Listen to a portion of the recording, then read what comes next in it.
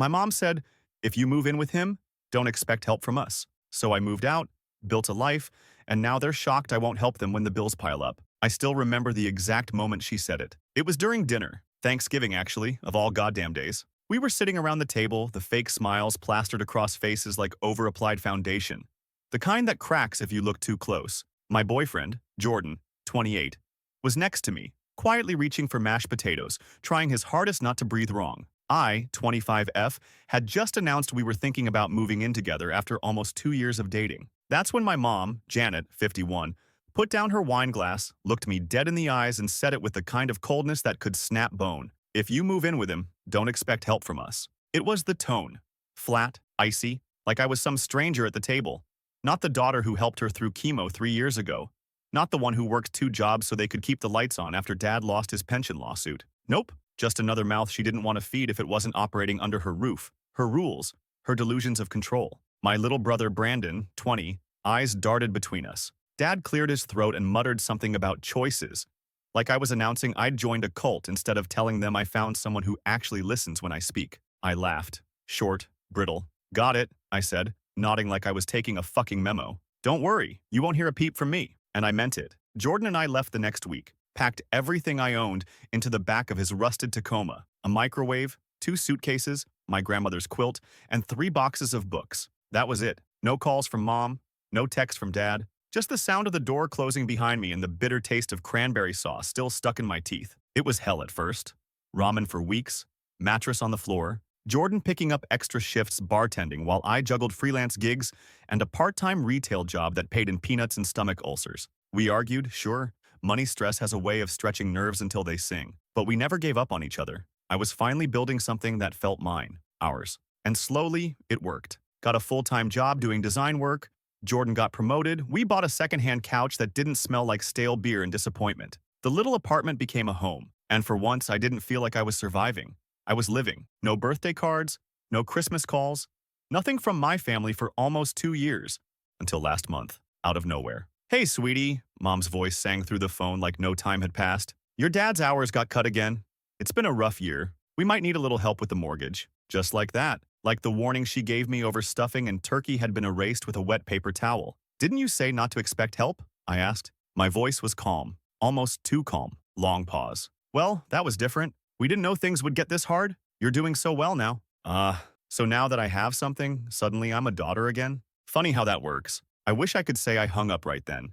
That I delivered some epic line and slammed the phone down like in the movies. But no. I just stood there in the hallway of my apartment, the same one they once called a mistake waiting to happen, clutching my phone like it was vibrating with poison. She kept talking, like nothing had happened, like she hadn't iced me out for 2 years, and now wanted to make small talk over unpaid utility bills. We just need a little breathing room, she said. The electric got shut off last week, and your father, well, he's too proud to ask, but I know he'd appreciate it. Pride? From the man who used to stand silent while she berated me for acting like a guest in my own childhood home? The same man who once told me, after I broke down crying in front of him, you always make things harder than they need to be? Number pride wasn't his problem.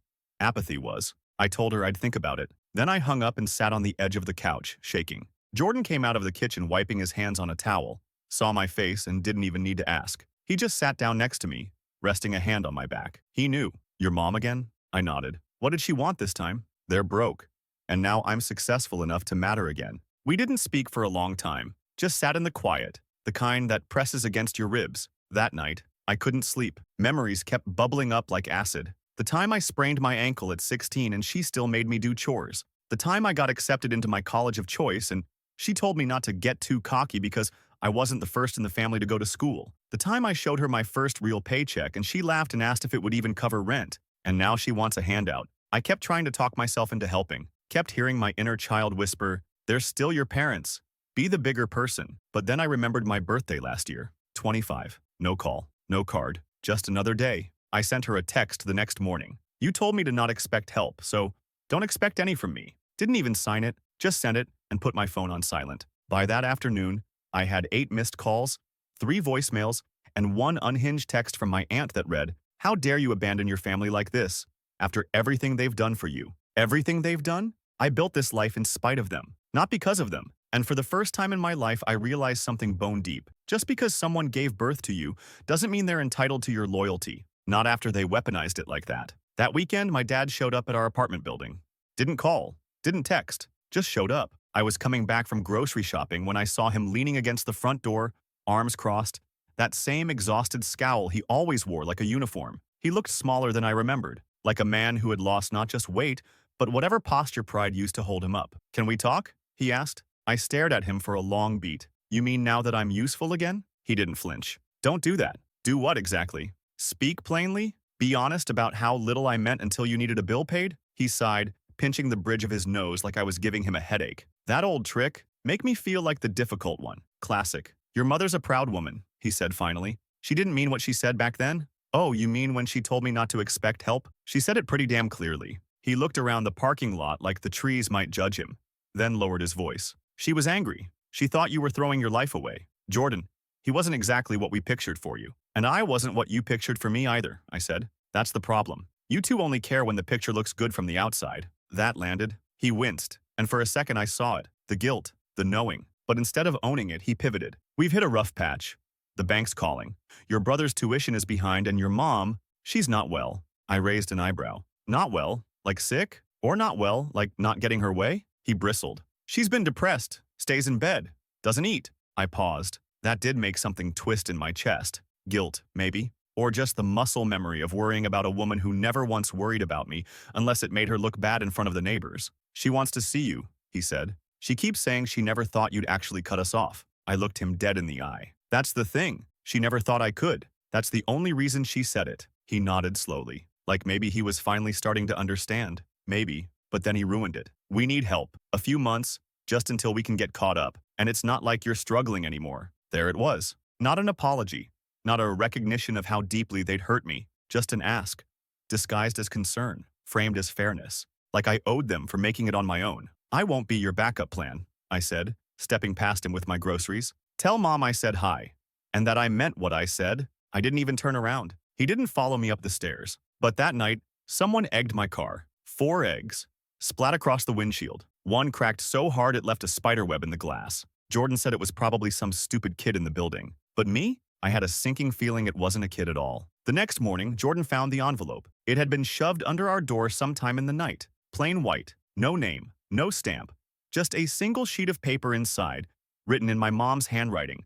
Tight, loopy, and passive-aggressive in that way only she could manage. "We are not the villains you've made us out to be. Family doesn't turn its back like this. You should be ashamed. After everything we gave you, after everything we sacrificed, you owe us more than this. Call me." No love. No, "we miss you." Just guilt, obligation, control. I stood there reading it, barefoot in the kitchen, heart thudding like I'd swallowed a hummingbird. Jordan read it over my shoulder, silent at first, then exhaled sharply. "That's not a letter," he said. "That's a curse." I nodded. "They're unraveling." I didn't reply. I didn't call. I didn't even text. I threw the letter in the trash, washed my hands like it might have left something on them. That week, the real unraveling started. First came the messages from extended family. Cousins, an uncle I hadn't heard from in years, even my mom's church friend Carol, who sent me a Facebook message saying, "You only get one mother. Don't waste time on grudges." Word was clearly spreading. My mom had activated the network, her go-to move. When she couldn't control me directly, she tried to outsource the shame. Then came Brandon, my brother, the one who used to shove me into the laundry room when he had friends over so they wouldn't see how weird his sister was. The same one they let quit community college to find himself for 3 years while they paid his rent and gassed up every half-assed idea he had. He texted me out of nowhere. "You could have just helped. Seriously. What's wrong with you?" No greeting, no question about how I was, just blame. I stared at the screen for a long time before replying. "What's wrong with me is I thought I was part of this family. Turns out I was just the emergency fund." His reply came fast. "Grow up." I didn't answer, but I saved the screenshot. Because by then, something was shifting in me. The heartbreak, it was giving way to something else. Anger, sure, but more than that. Clarity. They weren't falling apart because they were desperate. They were falling apart because for the first time in their lives, I wasn't available. They'd built their safety net out of me, and I'd finally cut the rope. Update 1. First off, Reddit, y'all are wild. Some of you had me crying from laughter. One person suggested I send them a fake invoice titled "Emotional Labor, Past Due." Another said I should have replied to that envelope with a blank check that just says LMAO. But what got me was the number of people who said the same thing. You owe them nothing. And for the first time, I actually believed it. So, I didn't block them.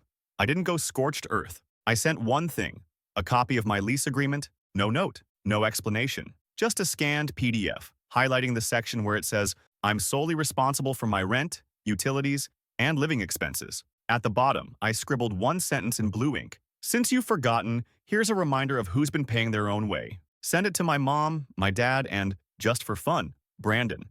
That was 5 days ago. The silence was glorious. Until this morning. I came home from work and found my front door wide open. Jordan was at the gym.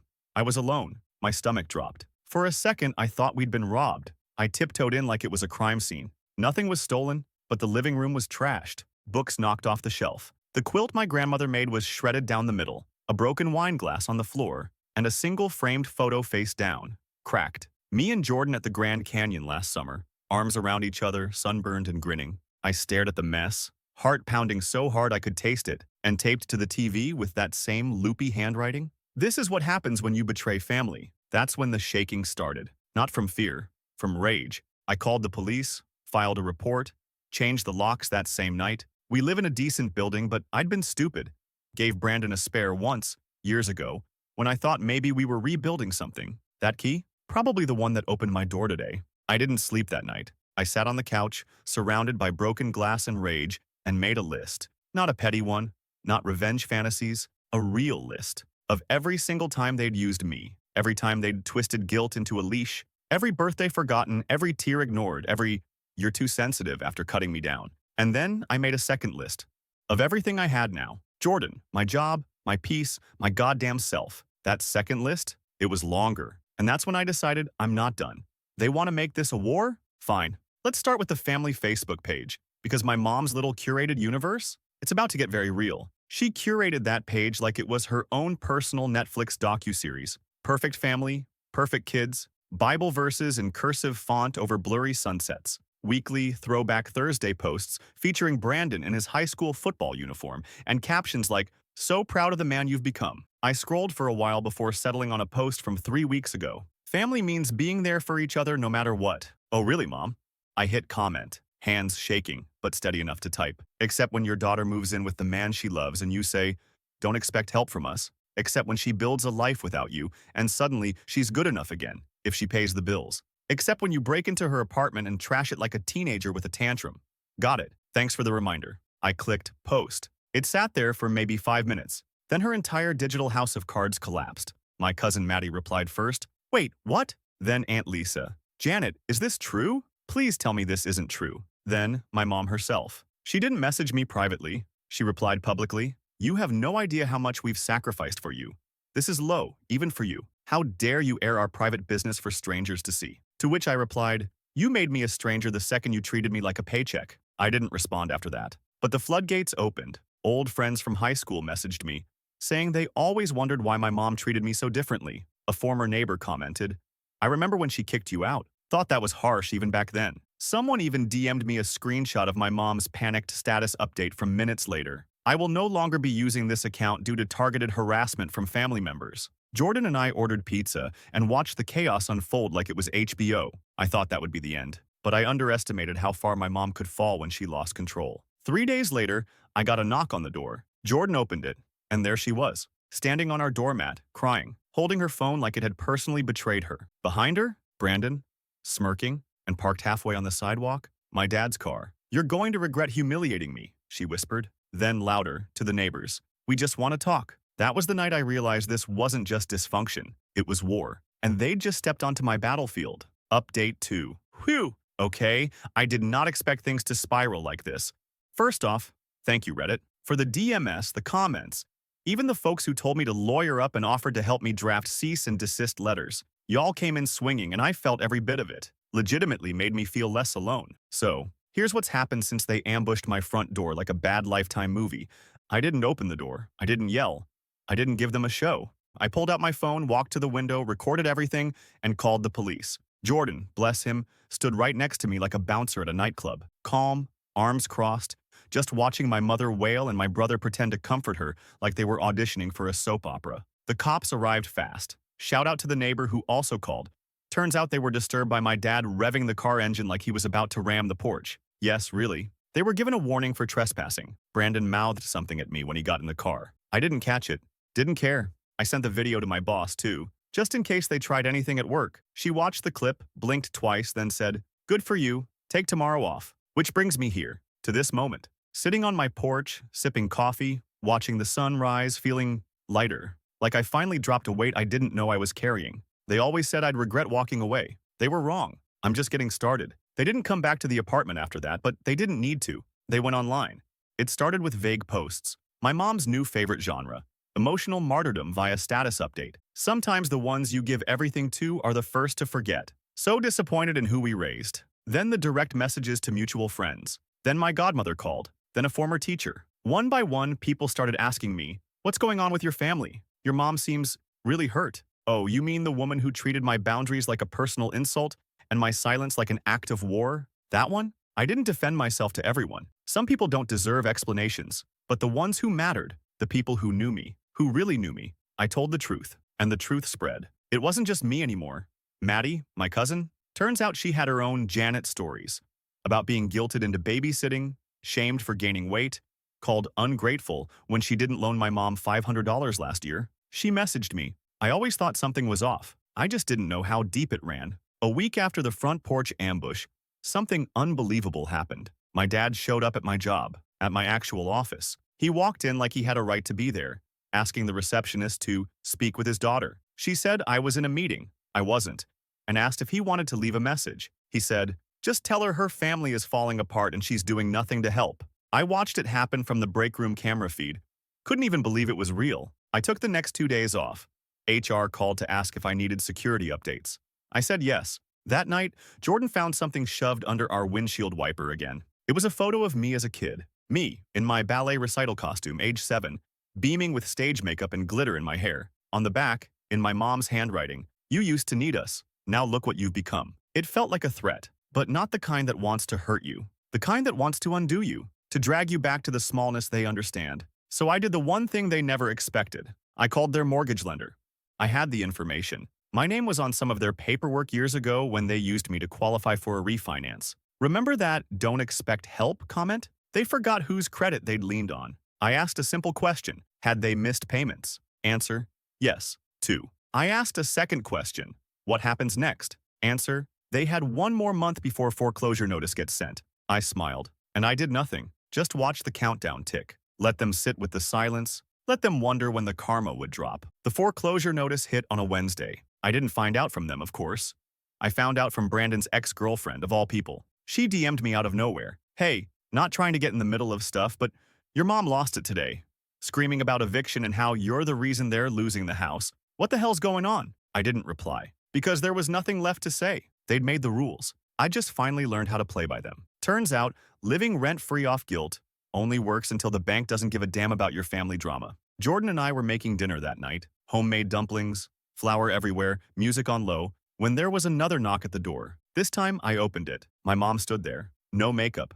Hair a mess. Just holding an envelope like it was a newborn. Her voice was hoarse. "They're taking the house." I didn't invite her in. She looked behind me like she was expecting backup. Like maybe I'd soften at the sight of her so small, so worn down. Like the part of me that used to scramble for scraps of her love would come rushing back. But that girl was gone. And the woman standing in her place? She'd finally learned peace tastes better than approval. "I'm sorry," I said. And I meant it. Just not in the way she hoped. "I really, truly hope you figure things out. But you were right, remember? When you said not to expect help if I left." Her face crumbled. She tried to speak, but I stepped back and closed the door. I didn't slam it. I just let it shut. Quietly. Deliberately. Behind that door was my life. My real family. Jordan came over, hands still dusted with flour. "You okay?" I nodded. For the first time in years, I didn't feel broken or bitter or guilty. I felt free. We sat back down and kept folding dumplings. Outside, my mother stood in the hallway for a long time, but eventually she left, just like I did.